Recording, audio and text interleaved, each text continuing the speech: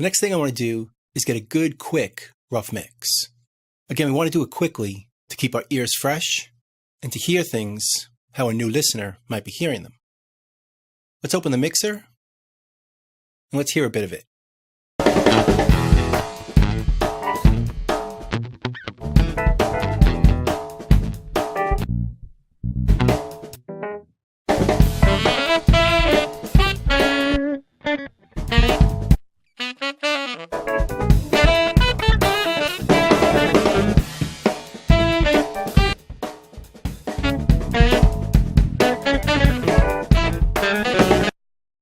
Now, the first thing I'm noticing is the mix overall sounds a bit dark. Now, usually we go back and fix track by track to get our EQ or our frequencies to sound right.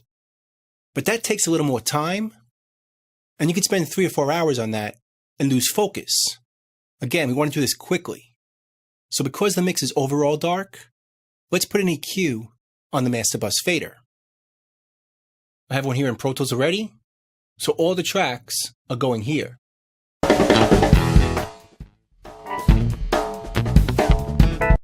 So anything we do here on the inserts is going to affect all the tracks at once. So let's add an EQ here and see if we can't get the mix to sound better with just one EQ. We'll try adding a high shelving.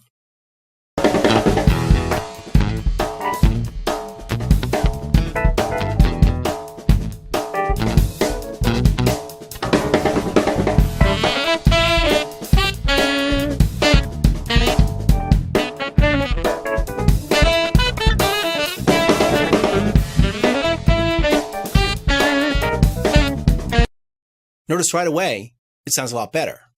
Before and after.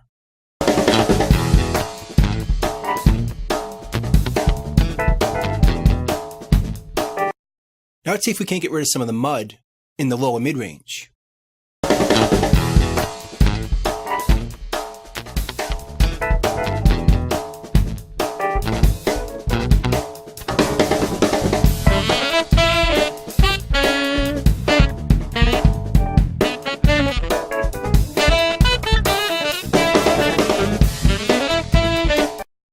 Sounds a lot better.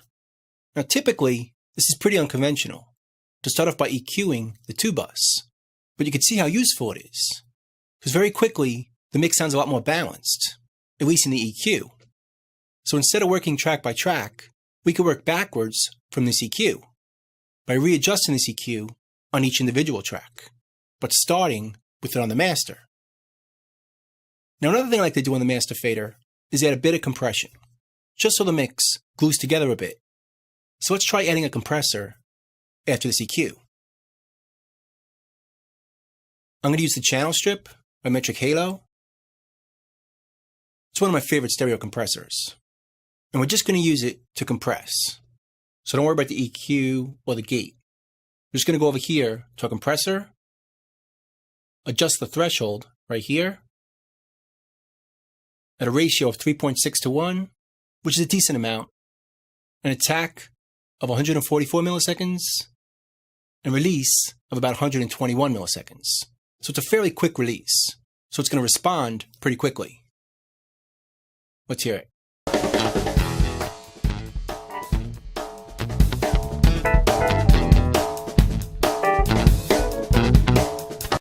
Notice how punchy it sounds right away?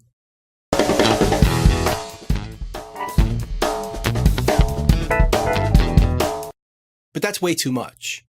Let's just use a little bit of this.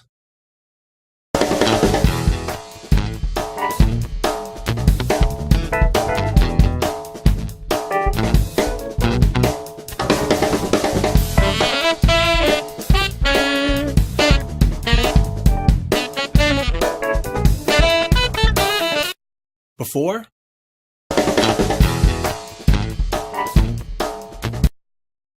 notice it sounds a bit loose. It's not really cohesive. And then with it back on,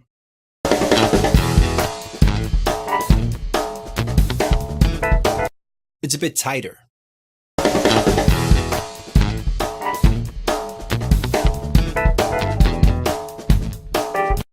So let's go with this, and we can readjust it as we're mixing. Now another thing I want to add to the Master 2 bus is a multi-band compressor. This one is also by Metric Halo.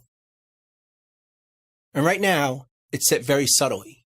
It divides the signal into 3 separate bands, which we could change: low, mid, and high.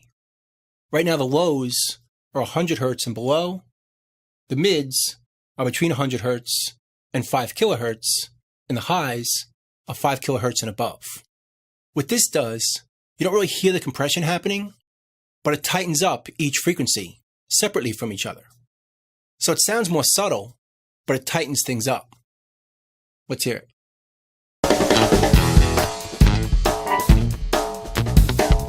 Before.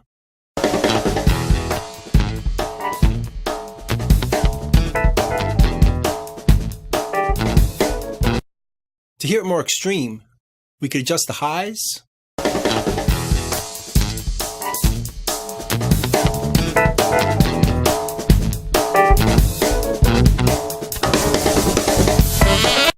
You still hear the compression, but each frequency is compressing separately. Low, mids, and highs, so it sounds more subtle. But let's put this back so we don't hear the effect too much. Before.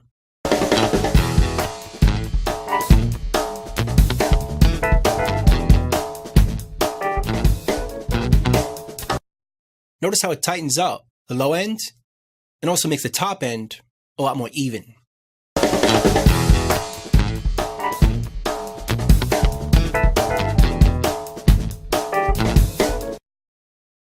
Another thing I like about this compressor is the limiter. Over here, we're not using it right now. But if we did, it could be very dramatic.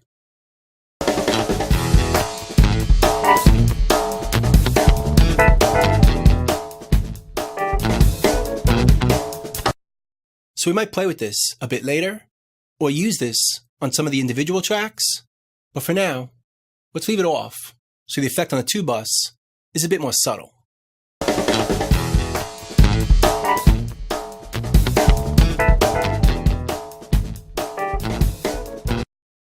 So that's pretty good.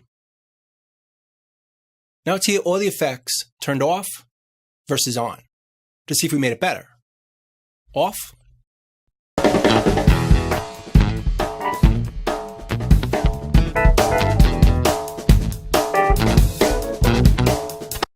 That's a lot better. In fact, it sounds a little too bright. Let's go back to our EQ. And let's add a little less EQ to the top end.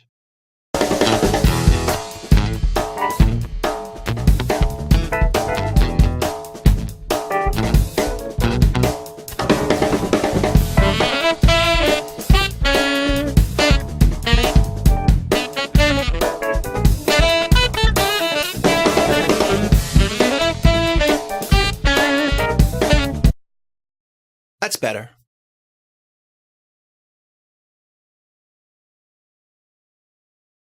Before.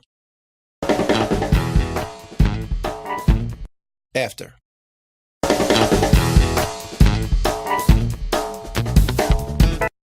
It's pretty dramatic. And again, the purpose of this is to adjust the frequencies of the entire mix right at the beginning, before we even start mixing. So we have a good overall sonic picture of what the mix should sound like. Everything after this is fine-tuning. If we did it the other way, we could spend 3 or 4 hours in this mix, come back and listen to it and go, the mix is too bright or too dark. We lost our focus. By focusing quickly on the overall sound right at the beginning, we get it pretty close, and then we can fine-tune later on without losing our way. So now let's dig in deeper and get a better rough mix. We'll turn off everything but the drums.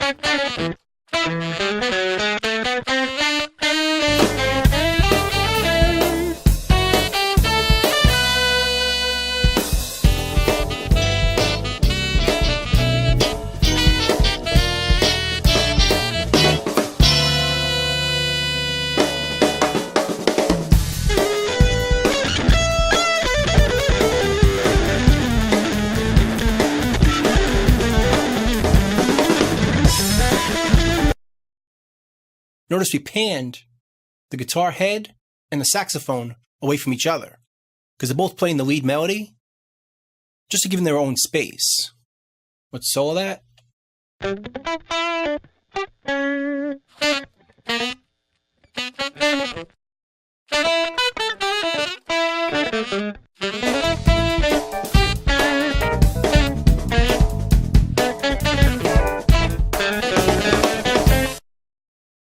It just sounds wider, and we can hear each instrument in the melody a bit more separately because they have their own space.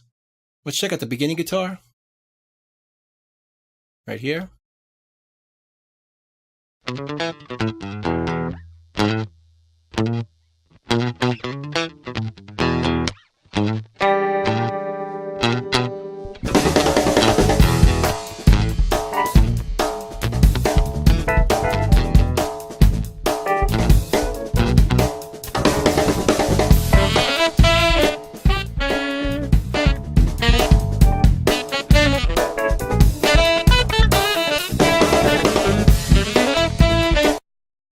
That sounds a lot better. It's a pretty good rough mix.